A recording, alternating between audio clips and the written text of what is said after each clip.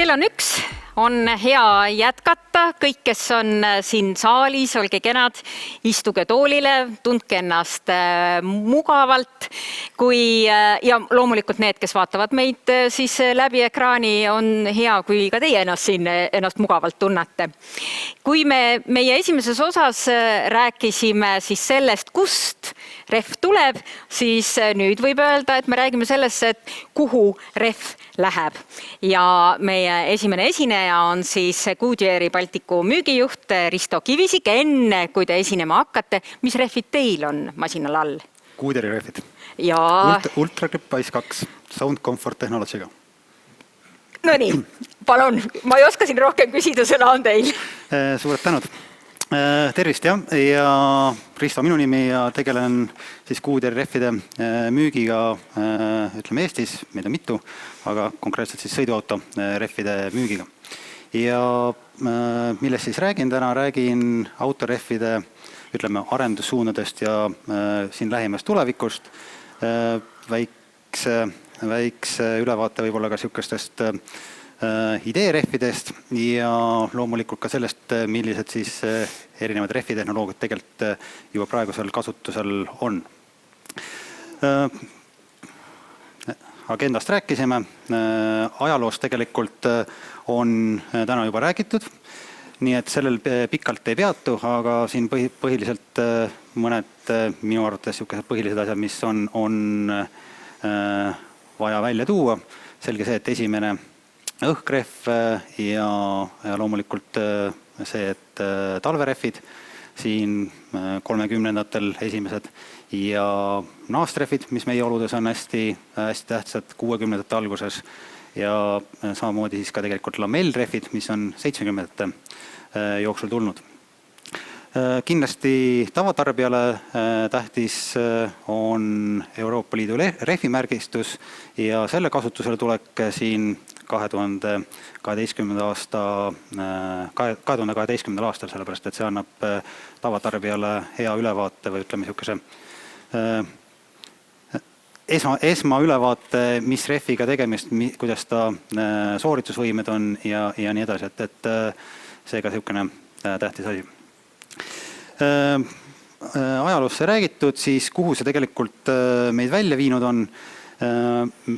Võiks öelda niiviisi, et me oleme jõudnud praeguse ajaga sinna, et alates siis siin paar aastat tagasi kuni nüüd järgneva, ütleme 10 aasta jooksul toimub sihukene väga suur areng rehvide tehnoloogias, rehvide arenduses, mõõtudes ja nii edasi. Hetkel on olukord see, et kui me vaatame, mis turu peal toimub, siis toimub see, et alates siin ütleme 5 aastat tagasi on hästi palju muutunud rehvi mõõdud, mida müüakse. Kui siin 5 aastat tagasi tegid enamus müügist kõigest, ütleme seal 3 põhimõõtu, siis nüüd me oleme jõudnud sinnani, kus antud 3 põhimõõdu müügi osakaal on võib-olla vaevalt 30% ja samamoodi ka toodatavate ühikute arv on tegelikult väga kõvasti laienenud ja siin vähemalt meil on ligemale 2500 ühikut. Samamoodi on muutunud hästi palju rehvi välje suurus, mis tähendab seda, et ka rehvi suurus muutub väga, väga palju, kui siin 2010. aastal olid rehvid, mida müüdi 15 tolli ja väiksemad, ehk siis üle poole müüdud rehvidest 15 tolli ja väiksemad, siis nüüd hetkel 2020 on kõigest 15% rehvidest, mis müüakse 15 tolli ja väiksemad. Ehk siis areng on järjest suuremate velgede ja erimõõduliste rehvide suunas. Ja seda illustreerib tegelikult väga hästi sihukene tabel, mis siin on, kui me näeme, et 1990-ndatel oli võib-olla tootmises ainult 15-16 tolli rehvid, siis 2000-ndal on see mõõduvalik laienenud seal ütleme circa 3 korda ja nüüd 2015. 2020. aastal kindlasti veel rohkem, aga siin on see valik suurenenud veel 3 korda. Nii et ei saa enam öelda, et siin 2-3 mõõtu teevad kogu, ütleme suurem osa müügist. Et enamus läheb nüüd järjest laiemaks. Ja jah, 8% siis tegelikult müüdud mõõtudest, kui siin 2015. aastal oli see number seal ütleme 150 ringis, 2017-18 on see juba üle 2 korra suurem ja mida me ennustame, et siis tegelikult siin järgneva 7-8 aastaga suurem see number veel circa 2 korda. Kui siin sai räägitud, et talverehvid tulid 30-ndatel ja ütleme naastrehvid 50-ndatel, et kuidas see tehnoloogiliselt on muutunud, kuidas me oleme jõudnud tänapäeva ja mis siis tänapäeval kasutusel on, siis me näeme, et praegusel hetkel on tegelikult rehvi tüüpe, mida toodetakse, mida kasutatakse hästi palju erinevaid ja igaks selleks juhtumiks või ütleme igaks selleks olukorraks on ka erinevad rehvitehnoloogiad.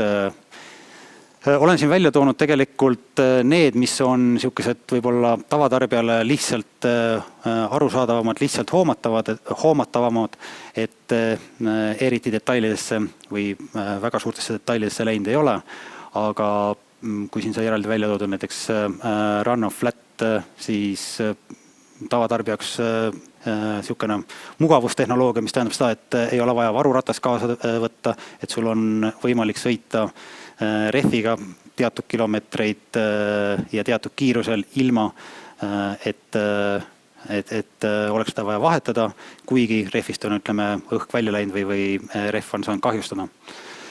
Samalaadne tehnoloogia on ka tegelikult Sealtech tehnoloogia, ehk siis rehvi sisekiht on kaetud niisuguse ütleme kleepija materjaliga, et kui toimub torge, väiksemat sorti torge, et siis rehv põhimõtteliselt ütleme niiviselt parandab iseennast. Et on samamoodi võimalik edasi sõita, ei ole vaja mingisuguseid niisuguseid tungraudu välja võtta, et rehvi vahetada või parandada. Lisaks sellele mugavustehnoloogiate puhul kindlasti saab näiteks välja tuua Sound Comfort tehnoloogiat või tehnoloogiat, mis tegelikult teeb rehvid konkreetselt sõitjale vaiksemaks või ütleme müra autos vaiksemaks. Et kui siin välise müra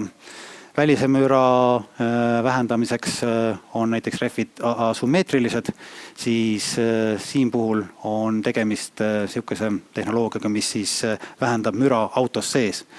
Ja ütleme siis niiviisi, et väga lihtsa nagu niisuguse lahendusega, et on rehvi sisekiht kaetud niisuguse SWAM-iga, nimetame SWAM-iga.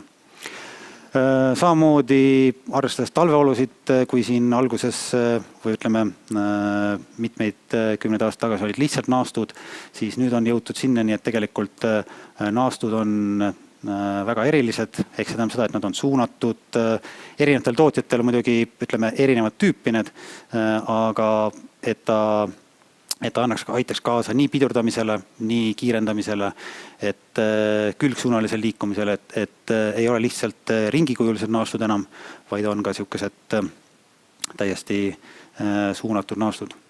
Ja erinevatel tootjatel lisaks sellele on ka erinevad ütleme indikaatorid, kuidas aru saada, kuna on õige aeg rehve vahetada. Siin üks nendest, ehk siis näiteks top-indikaator tehnoloogia, mis tähendab siis seda, et kui rehv kulub piisavalt palju, kaob see sealt ära ja tarbijal on väga lihtne aru saada, et nüüd on õige aeg rehve vahetada. See siis ütleme tänapäevase olukorra koha pealt. Nüüd vaadates tuleviku poole, tõin ka siin kohe alguses välja tegelikult, et Euroopa Liidu rehvimärgis on niisugune tähtis asi. See kindlasti mõjutab rehvitootjaid ka tulevikus ja siinkohal kindlasti saab välja tuua selle, et alates 2021 maist on kasutusel uus täiustatud või ütleme täiendava infoga Euroopa Liidu rehvimärgis. Ja siin on ka rohkem informatsiooni peal võrreldes siis varasemaga, et kui varasema puhul oli välja toodud ainult ütleme 3 kriteeriumit, müra, kütusesäästlikkus ja haarduvus märjal, siis antud juhul tekib siia juurde ka see, et kas tegemist on talverehviga, jäätüüp, QR-kood, et oleks võimalik rehvi kohta ka rohkem informatsiooni saada. Nii et see kindlasti mõjutab ka rehvi tootmist, et tuleb viia oma rehvid vastavusse uute reeglitega. Tuleviku nägemusest rääkides, siis meie nägemuse kohaselt on tulevik siin praegu hetkel tegelikult välja toodud. Lühendatult võiks öelda see FACE, ehk siis Fleets Autonomous Connected Electric suunad. Ja mida see siis tegelikult tähendab? Tähendab see seda, et kuna autopargid muutuvad, autod muutuvad tulevikus, muutuvad ka rehvid ja nõuded rehvidele muutuvad. Ja nagu varasemalt ütlesin, siis kindlasti on järgneva 10 aasta jooksul selline olukord, kus autotööstuses toimub rohkem muudatusi kui eelneva ütleme siin 5 dekaadiga kokku. Ja millest need muudatused seisnevadki selles, et kui me vaatame siin inimeste reisimusharjumusi, päris suure osa ennustuste kohaselt 2030. aastaks tehakse ühissõitudena, ehk siis näitena võib-olla CityBee, et erinevad autopargid, mida on võimalik kasutada ühiselt, et rendime lihtsalt autot. Lisaks sellele eeldus on see, et 40% sõidetavast kilometraasist 2030. aastaks toimub isesõitvate autodega. Kui me räägime isesõitvatest autodest, siis tähendab see kindlasti seda, et need autod on ja peavad olema üksteisega ühenduses, jagavad informatsiooni oma vahel. Ja kus on ka suund, ütleme auto müügil, mida me näeme, siis suund on ka selles, et tulevad elektrilised sõidukid ja siin 2030. aastaks on ennustus, et osaliselt elektrilised on 95% autodest, müüdavatest uutest autodest ja 2025 14% on täielikult elektrilised. Mida see tähendab rehvitootja jaoks? See tähendab tegelikult seda, et kui autod muutuvad järjest võimsamaks, samas elektriautod ka raskemaks, siis see tähendab seda, et rehvitootjad peavad selle asjaga kaasas käima ja vastavalt siis ka rehvi arendama. Rehvide arendus tegelikult ei ole, et lihtsalt paneme uuele autole lihtsalt rehvi alla ja ongi kõik, vaid sellele eelneb tegelikult ikkagi 2-3 aastane protsess, kui uus auto tuleb välja ja saab alla endale rehvid. Kindlasti see protsess nüüd lüheneb, see on selge. Kuna autod on raskemad, kiiremad, siis elektriautode puhul võib öelda seda, et tuleb ümber vaadata või rohkem rõhku pöörata rehvi karkassile, et ta peaks suuremale koormusele vastu. Samamoodi tuleb vaadata seda, et kui kiirendused, piirdused on järsemad, siis oleks võimalik õige rehvi segu, et ta peaks nendele manöövritele vastu. Ja kui rääkida üleüldse rehvi omadustest, siis selge on see, et autotootjad suunavad kuhu poole või millised rehvid peaksid olema autodel all. Ehk siis rehvi tootjate seisukohalt on tähtis see balanss leida, kuidas oleks võimalik, et rehvid muutuksid paremaks. Samal ajal ka kindlasti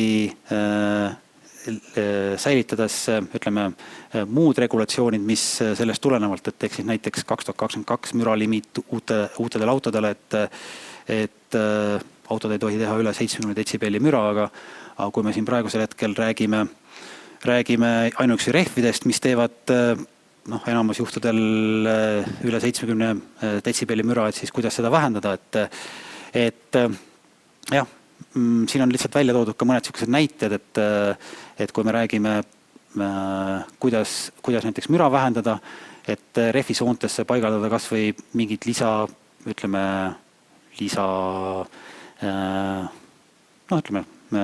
lisasoon, siis tegelikult iseenesest müra saab küll vähemaks, aga samas kannatab siis märkpidurdus ja vesileu oht, et selles ei taha keegi järeleandmisi teha.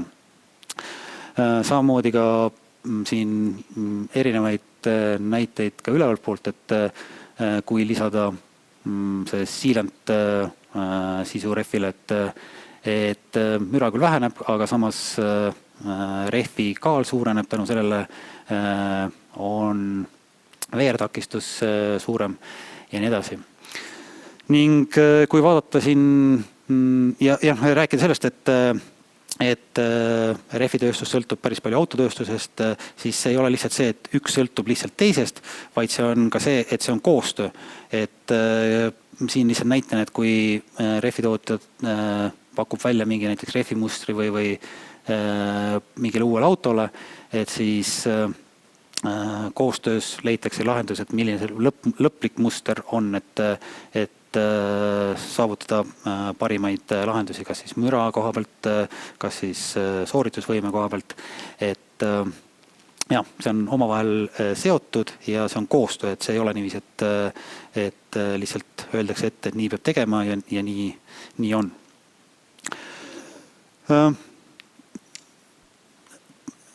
Ideerehvid, ehk siis kui me räägime tulevikust, siis kaugemast tulevikust, siis on vähemalt Kuuderi koha pealt välja toodud iga aasta sellisesi erinevaid ideerehve.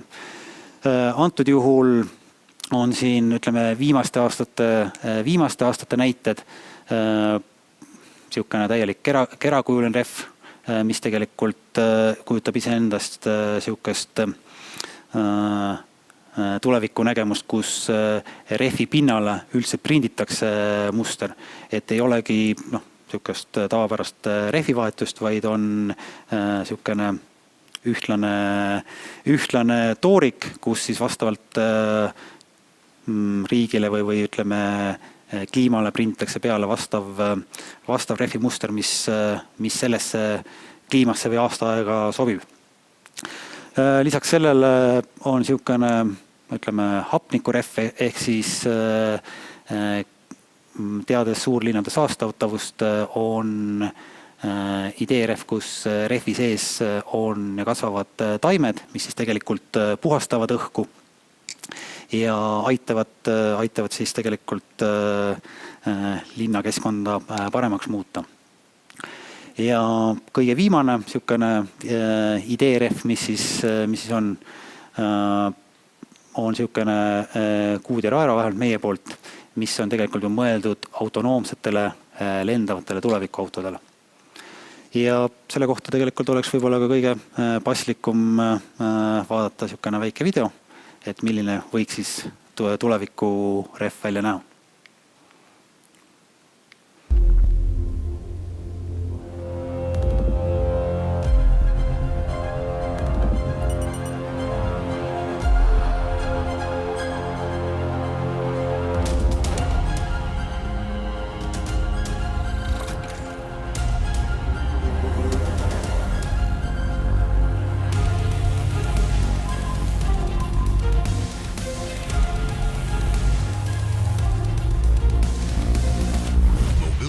is in constant change. People and societies evolve, and so does the way they move. New technologies have one underlying objective: making people's lives easier and their journeys enjoyable and efficient.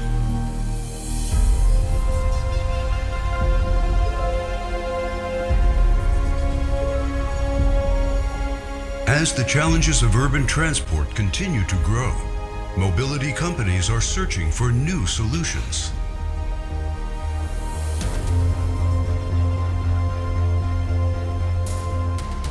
And now, they have started looking to the sky for the answer. Goodyear's work on advanced tire architectures and materials led us to imagine a two-in-one concept tire designed for the autonomous, flying cars of the future. The Goodyear Aero uses a non-pneumatic structure that is flexible enough to drive on the road.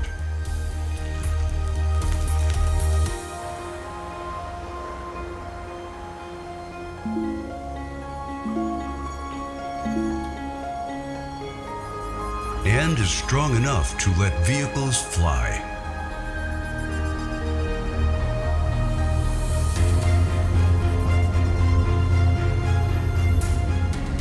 This multimodal wheel would be an integral part of a new urban aerial mobility ecosystem.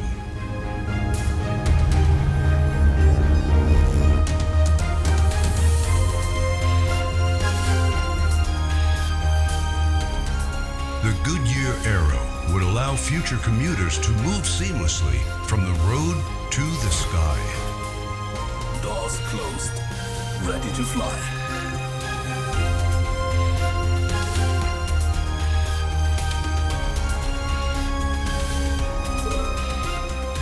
For over 120 years, Goodyear has partnered with pioneers, driving change and discovery. By redefining performance, we have left a mark on our industry and on people's driving experience.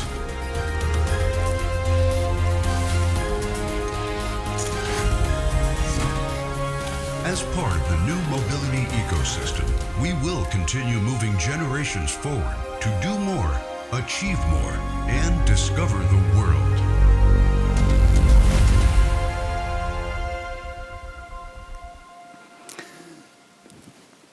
Nii palju siis ütleme IDRF-idest, mis võiks tulevikus olla.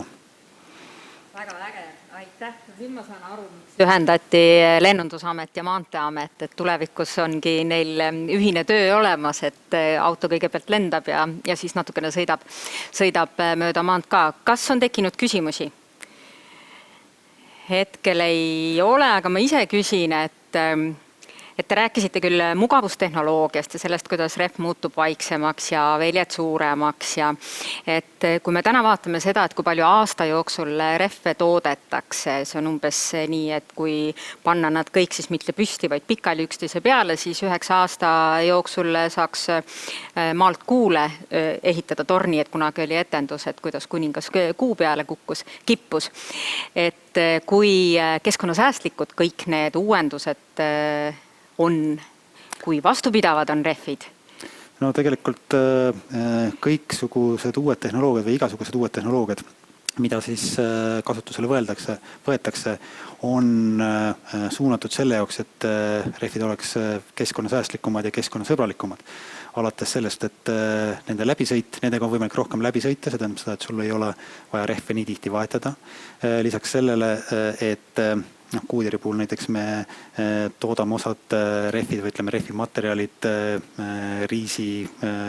riisikoortest või ütleme riisiteradest, et kasutatakse niisugusi erinevaid võimalusi, kuidas muutuda järjest keskkonnasäästlikumaks ja see on tegelikult kindlasti ka tulevikus niiviisi ja ainuüksi juba sellega, kui rehvid peavad kauem vastu, neid ei ole vaja nii palju vahetada, on keskkonnasääst suurem. Ma olen ise lugenud seda, et looduslikku kautšukit ju ei ole, aga et kaalutakse, et võib-olla võililledest saab seda võilillepiima või kuidas seda nimetatakse ka tulevikus rehvi sisse panna, et teie räägite riisi nendest helvestest või kestadest, et kuidagi väga väga põnev. Lugesin just eile ühte, tõsi küll, feministide ajakirja, kus üks Ameerika siis naisteadlane kinnitas, et 60% vähemalt Ameerika naistest on need, kes lähevad poodi, ostavad rehvi. Et kuidas Eestis on? Vaat ma ei oska teile niiviisi vastata, sellest, et me ütleme otseselt kliendid, kes siis ütleme meie käest rehvi ostavad, enamus tõesti on mehed, aga naiste osakaal on ka seal piisavalt suur, nii et ei ole niiviisi, et rehve ainult ütleme mehed ostaksid. Lõpptarbijatena selge on see, et tegelikult on tähtis turvalisus ja ma usun seda, et naised tegelikult võib-olla mõtlevad selle peale natuke rohkem kui võib-olla isegi mehed. Miks ma seda küsin? Eks mul on taga mõte ka. Mina ostsin omale auto poole tunniga, sest mul oli täpselt teada 3 tingimust, millele auto peab vastama ja ma miskipärast arvan, et ma olen keskmine. Ehk et kui naisterahvas tuleb tulevikus rehvipoodi, tuleb teie juurde ja ütleb, et mul on vaja autole rehvi, öelge nüüd 3 asja, kõige olulisemat, räägime aastast, näiteks 2030, öelge mulle 3 tingimust, millele peab rehv vastama. Tehke nüüd üks käsiraamat ühele tavalisele naisautojuhile. Kõige lihtsam tegelikult ei olegi vaja niiviisi 3 asja otseselt välja tuua, vaid tegelikult rehvi peal ju, nagu sai räägitud, on ka rehvi märgis, mille järgi on tegelikult väga lihtne vaadata, kas ja kuidas see rehv sobib, ehk siis kas ta on talverehv, on ta suverehv, kui hästi ja millised omadused on, kui vaikne ta on ja nii edasi, et seal on tegelikult kogu see informatsioon ongi kirjas. probleem ja nii edasi, selles ongi see probleem. Ütleme nii, et lõppkokkuvõttes on see, et mida keegi soovib, et kas ollakse nõus näiteks maksma natuke rohkem selle eest, et rehvid oleks vaiksemad või mitte. Et tähtis on tegelikult ikkagi see, et ta ütleme sõiduomadused ja see, milleks ta mõeldud on, need omadused oleks tipptasemel, et lõppkokkuvõttes arvestades siin kas või erinevaid pidurdusmaa näiteid, et siis lõppkokkuvõttes võib see 1-2 meetrit ju tegelikult päästa teie elu, et kui nii võtta, siis kõige tähtsam, mida vaadata, on see, et see rehv võimalikult ruttu või ütleme, auto võimalikult ruttu pidama saaks. Siis juhatage sisse järgmine ettekanne, kas naast või lamellrehv? Igipõline küsimus ja sellele ei ole ühtset vastust. Ehk siis mina ütlen niiviisi, et praegusel hetkel on lamellrehvide müük kasvanud päris korralikult. Ehk siis kui see suhe siin, ütleme, võib-olla 5 aasta eest oli võib-olla 80-20, siis praeguseks on see circa 60-40, aga lõppvaliku peaks ikkagi tegema igaüks ise, et mis on see, kus koha, või ütleme, mida ta eelistab, millega ta ennast turvaliselt tunneb ja kus kohas ta ka kindlasti sõidab, et kui ta sõidab enamasti linnas, kus on teed hooldatud, kiirused kuni 50 kilomeetrit tunnis, siis on täielikult sobiv lamellrehv. Kui sa sõidad mööda niisugust külavaheteed, kus on eriti just kevadel külm sula jääd palju, siis selge see, et sellisel juhul võiks valida naastrehvi. Aitäh teile. Kas on tekkinud veel küsimusi? Ei ole? Aga siis suur tänu!